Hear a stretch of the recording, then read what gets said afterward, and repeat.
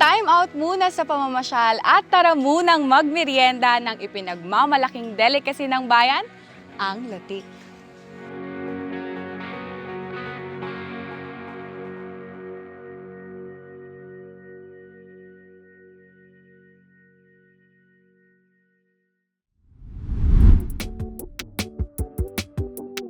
Dito nga sa Santa Barbara, pangunahin na rin nilang produkto ang latik na isang klase ng malagkit.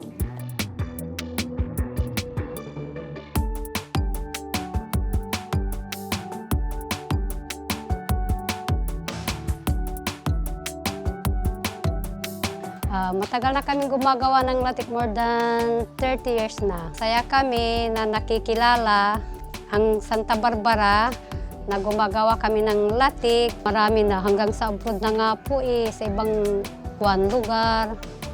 Sa Santa Barbara, sa Kalasyaw, sa Dagupang, kahit saan-saan na.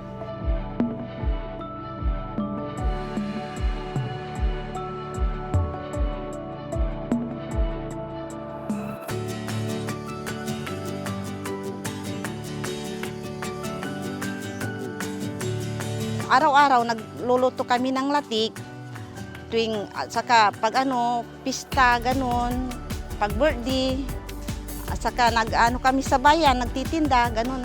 Araw-araw po kami na nagbibinta ng latik sa bayan po. Tapos pa kami, nagre-rendi po, may deliver. Masaya na po yung latik na nakikilala na dito po sa Santa Barbara.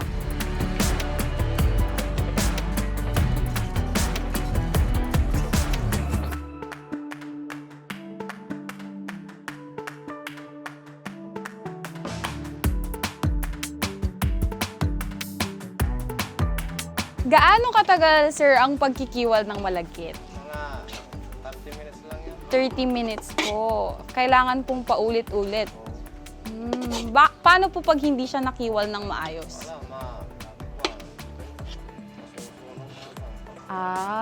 Para po hindi masunog, kailangan ikiwal siya ng mabuti. Talagang medyo nakakangalay siya kasi 30 minutes mong kailangang ikiwal siya continuously. Kasi pag hindi mo kiniwal ng maayos, masusunog.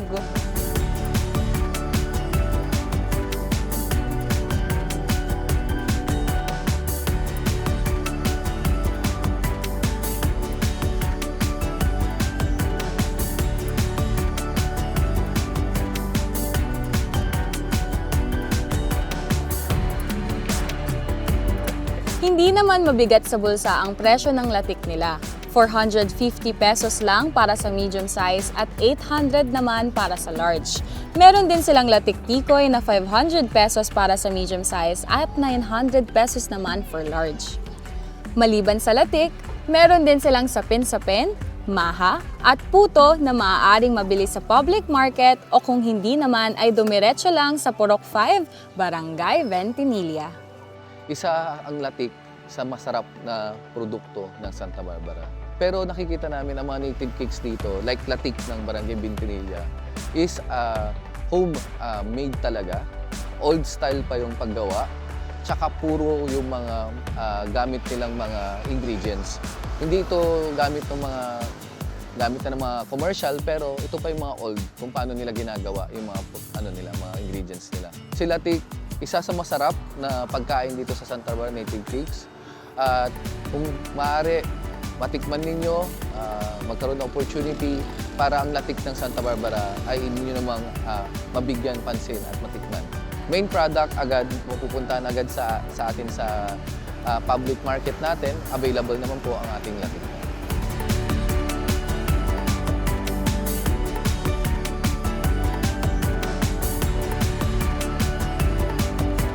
Bukod sa pagiging merienda, perfect rin itong pampasalubong. Kaya don't forget to look for latik when you're in Santa Barbara.